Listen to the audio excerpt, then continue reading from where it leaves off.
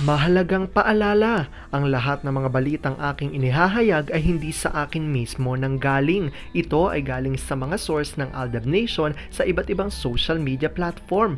Ako ay tagapaghatid lamang at nagbibigay ng komento. Magandang araw mga Aldab Nation! May panibago na naman po akong update para sa inyong lahat. Pero bago natin ito umpisahan ay huwag niyo munang kalimutan na mag-subscribe sa aking YouTube channel at i-click mo na rin ang katabing bell button para maging updated ka sa mga latest videos na i-upload ko. At kapag umabot na ng 100,000 subscribers ang aking channel, ay may sorpresa ako para sa inyong lahat.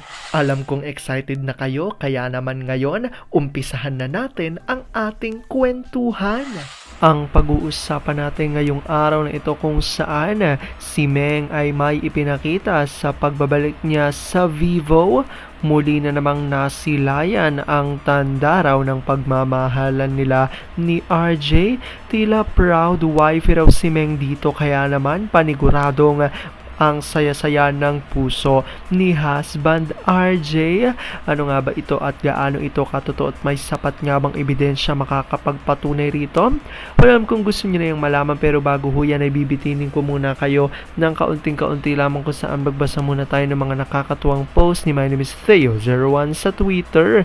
Kaya naman wag na natin patagalin pa, at sabi niya sa kanyang tweet: bakit ikaw labas ng labas, dad? May work kasi si daddy, nak.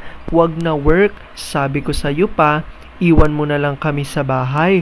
Kukulitin ka lang ng mga to. Mag-eat lang kayo, nak, ha? Saglit lang si daddy. Gusto mo hindi tayo bati, dad? Wag naman, bawal ka labas. Pagagalitan nila si daddy, awayin ko sila. Bad anak, daddy wag na alis. Kargahin muna kita ya, pero pag tinawag na si daddy, payagan mo na ako, okay? Dada, ikaw din, Milang. Baby yan, love love lang. Ako nang bahala dito pa, iheli mo muna yan. Antok na yan. 5 minutes lang ako, ma. Baby, tama na yan. Huwag na pahirapan si daddy. Hindi kita batidad. Naku naman, love, pagod na pagod ako. Sobrang sakit ng katawan ko. Wala ka kasing pahinga pa. Masahin kita. Thank you, ma. Tahimik yata. Alam kong pagod ka kaya pantulog ka ng maaga. Tayo na lang ang gising. Loko ka. Ipahinga mo na lang yan. Parang okay na pakiramdam ko, love. Ipahinga mo na lang yan pa. Later na. I love you.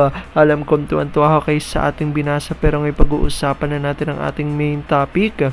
Oops! Wait lang, saglit lang to. May ipapaalala lang ako para sa mga bago pa lang sa aking channel. Huwag niyong kalimutan na mag-subscribe sa aking YouTube channel at i-click niyo na rin ang notification bell para lagi kayong updated sa mga latest videos na i-upload ko, at para maging parte na rin kayo ng aking Fanatics channel family. Well, alam kong super excited na kayo sa ating kwentuhan, kaya naman dumako na tayo sa ating main topic.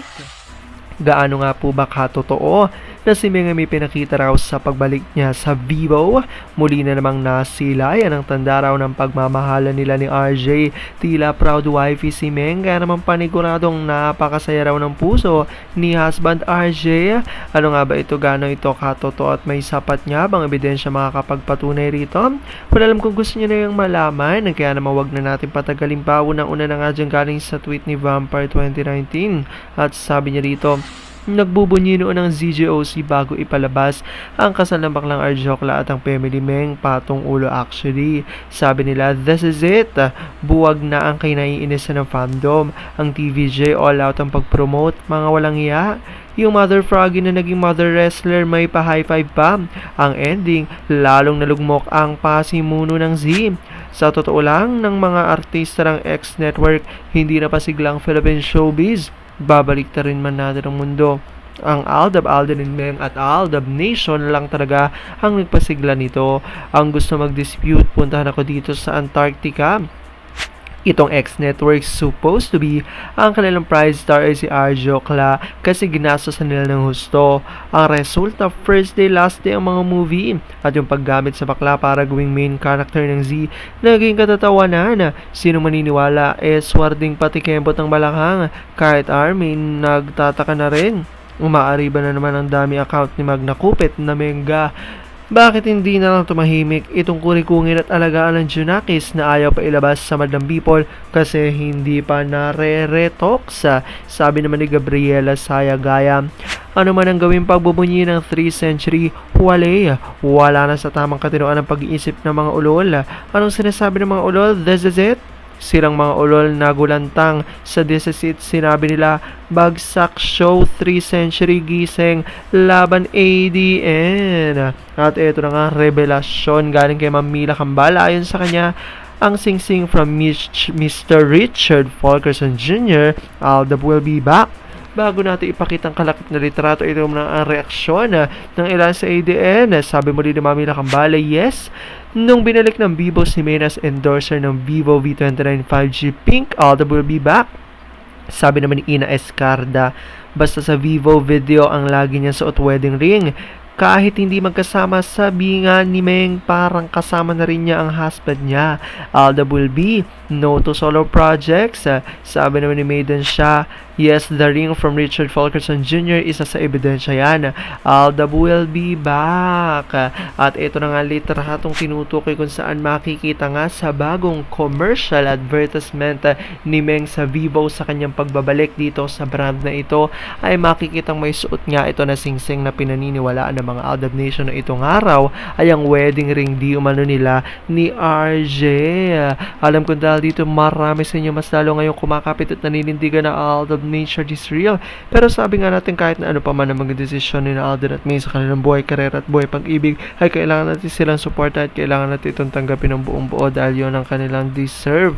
At yan ang aking update for today's video. Maraming salamat sa panonood at pagtapos sa videong ito. Kung nakapag-subscribe ka na, welcome sa Fanatics Channel family. Kung hindi pa naman, huwag ka nang mahiya. Mag-subscribe ka na. Pindutin mo na yan. I-click mo na rin ang katabing bell button para makatanggap ka ng notification kapag may bagong update para sa iyo. Para naman sa parte na ng aking pamilya, punta lang sa aking channel at i-click ang videos para mapanood mo at malaman mo pa ang mga nakaka-good vibes at nakakakilig na fresh news about Maychard. Muli, ako ho ang inyong lingkod na patuloy na maghahatid ng good vibes every day. Thank you mga Aldab Nation. Ingat!